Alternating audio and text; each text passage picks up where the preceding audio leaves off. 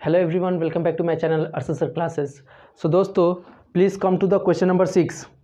From the following transactions, prepare a cash book, single column, balance the book on 31st March 2013 and brings down the balance. So इस question के ऊपर, इस sums के ऊपर very important लिखिए. बहुत ही important sums है, बहुत ही अच्छा सम्स है.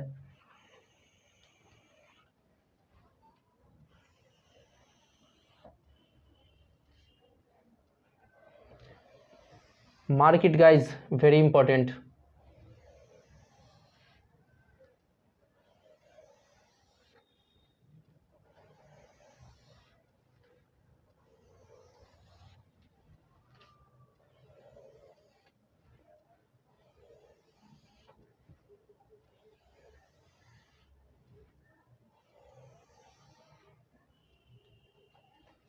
Question number 6. Debit, credit in the book of, कोई नाम दिया हुआ है?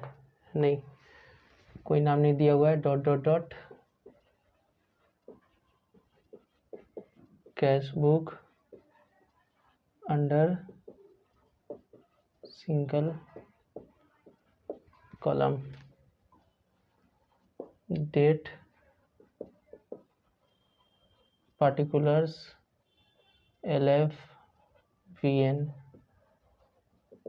amount, date, particulars, LF, VN,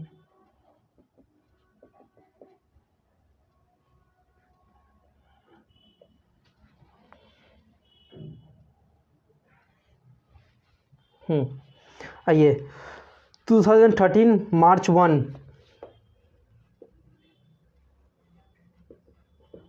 सबसे पहले क्या दिया है? Cash in hand, opening balance है to balance BD 1500. Cash sales, cash में हम सेल किए हैं. कहीं कैश में सेल करने से क्या होता है? आपके पास कैश आ रहा है, 2 तारीख को कैश आ रहा है, तो टू सेल्स अकाउंट, सेल्स करने से कैश आ रहा है 4000. उसके बाद ड्रीव फ्रॉम बैंक, बैंक से विड्रीव किए तो भी आपके पास पैसा है. बैंक से जब पैसा निकालते हैं तो आपके पास आता है ना कैश. 5 तारीख को कहाँ से आया पैसा? बैंक से निकाले, to bank account 5000. Paid salary, salary pay कर रहे हैं तो आपके पास से कैश जा रहा है 6 तारीख को बाई सैलरी अकाउंट. कितना सैलरी पे कर रहे हैं? 1200. पेड रेंट, 7 तारीख को रेंट पे कर रहे हैं बाई रेंट अकाउंट 800. उसके बाद receive from S boss on account, receive कर रहे हैं, देखिए रिसीव कर रहे हैं एस बॉस से, तो फिर से आपके पास कैश आ रहा है 8 तारीख को. किससे भी रिसीव कर रहे हैं? टू एस बॉस 5000 फिर रिसीव किए. उसके बाद पेड इनटू बैंक, बैंक में आप 2500 रुपया बैंक में डिपॉजिट किए तो आपके पास से कैश जा रहा है कहाँ पे? बैंक में by bank account 2500. Bought furniture for private use, private use के लिए आप फर्नीचर लाए हैं तो प्राइवेट यूज़ देखते ही drawings account debit by drawings account 1000. देखिए गाइस, ये बहुत ही इंपॉर्टेंट है. इसी सम्स के लिए हम, इसी ट्रांजेक्शन के लिए हम इंपॉर्टेंट बोले हैं सम्स को. 15 और 20 ट्रांजेक्शन वेरी इंपॉर्टेंट है, ठीक है. परचेस गुड्स, और लास्ट वाला भी 30 वाला भी नया कॉन्सेप्ट है. 15, 20 और 30, इसी के कारण ये सम्स इंपॉर्टेंट हो गया है. अदरवाइज कोई सम्स में जान था नहीं, बाकी बस सब आप लोगों को कराए थे. ये सब आपके लिए बहुत ईजी था. चलिए ये 15 नंबर में आइए.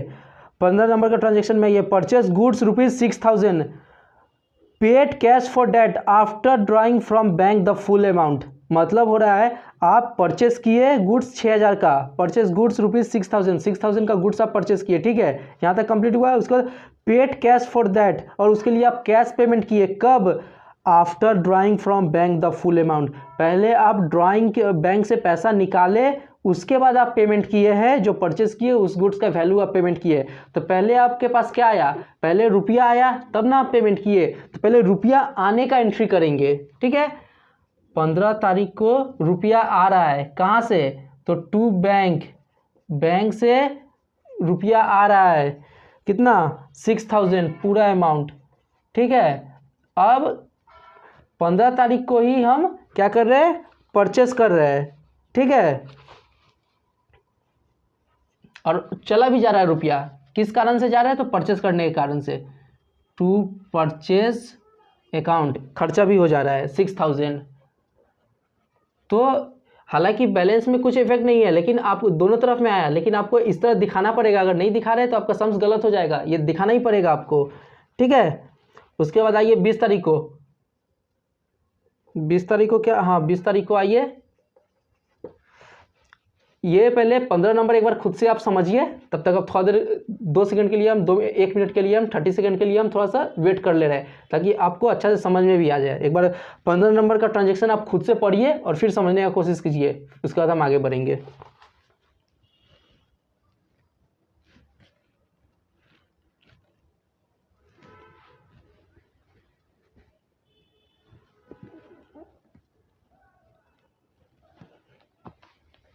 समझ में आया, चलिए 20 नंबर में आइए। अब 20 नंबर भी बहुत ही इंपॉर्टेंट है, 20 नंबर पढ़िए, receive personal commission from life assurance agency and paid into the business deal.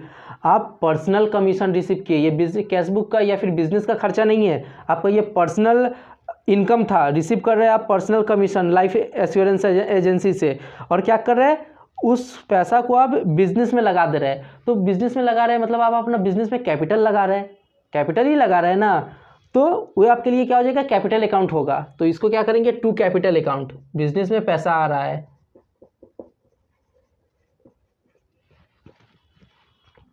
1250, ठीक है। उसके बाद तो बहुत ही इंपॉर्टेंट है, 25 तारीख को कैश में सेल कर रहे हैं, तो पैसा आ रहा है आपके पास, टू सेल्स अकाउंट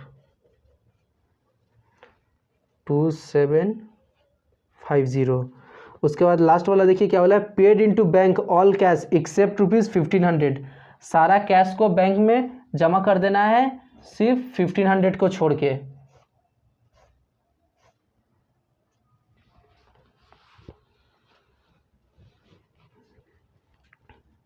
लाभ के लिए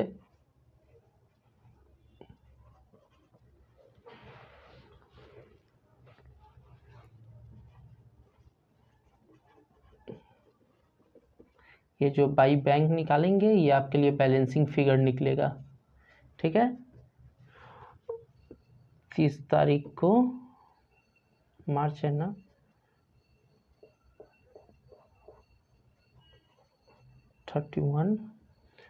अब बैलेंस शीट कितना बोला है, paid into bank all cash except 1500 रुपया आपको क्लोजिंग बैलेंस में छोड़ने बोला है, ठीक है।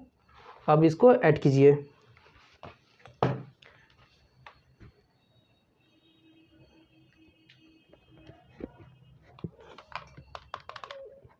ऐड करना पड़ेगा, 1500 प्लस 4000 प्लस 5000, फिर से 5000 प्लस 6000 प्लस 1250, 2750, 25,500 लेस 1200, 800, 2500, 1000, 6000, फिर 1500, या 12,500 आपको बैंक में डिपॉजिट करना पड़ेगा,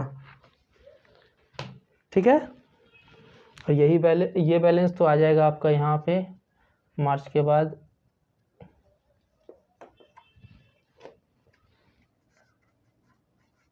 अप्रैल 1 to balance BD, opening balance हो जाएगा नेक्स्ट डे का 1500, ये यही अमाउंट आया, जो CD हुआ वही BD में आता है।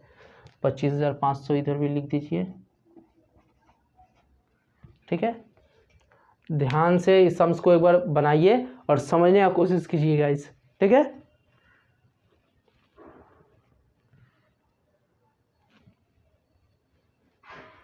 आई थिंक आप लोग को समझ में आया होगा। कहीं पे किसी भी तरह का अगर डाउट बच जाता है तो प्लीज़ कमेंट डाउन बिलो, आपको कमेंट कर दीजिए आप लोग, तो मैं कोशिश करूँगा फिर से इस डाउट को क्लियर करने का। आशा करते हैं आपका कोई डाउट तो बचा होगा नहीं। जितना अच्छा से मैं इतना आस्ते आस्ते सारा एंट्री को समझाया है, एक एक एंट्री को समझाया, एक एक ट्रांजेक्शन को समझाया है, तो कोई डाउट्स तो रहने का कोई सवाल ही नहीं होता है। बट फिर भी अगर कोई डाउट्स अगर बच जाता है तो आप लोग कमेंट कीजिए, और समझ में भी अगर समझ में भी आ जा रहा है वो भी कमेंट कीजिए, अच्छा लग रहा है वो भी कमेंट कीजिए। अरे आप लोग बताइए मेरे को कि आपको मेरा पढ़ाना कैसा लग रहा है, you should appreciate it. Okay, चलिए मिलते हैं नेक्स्ट क्लास में।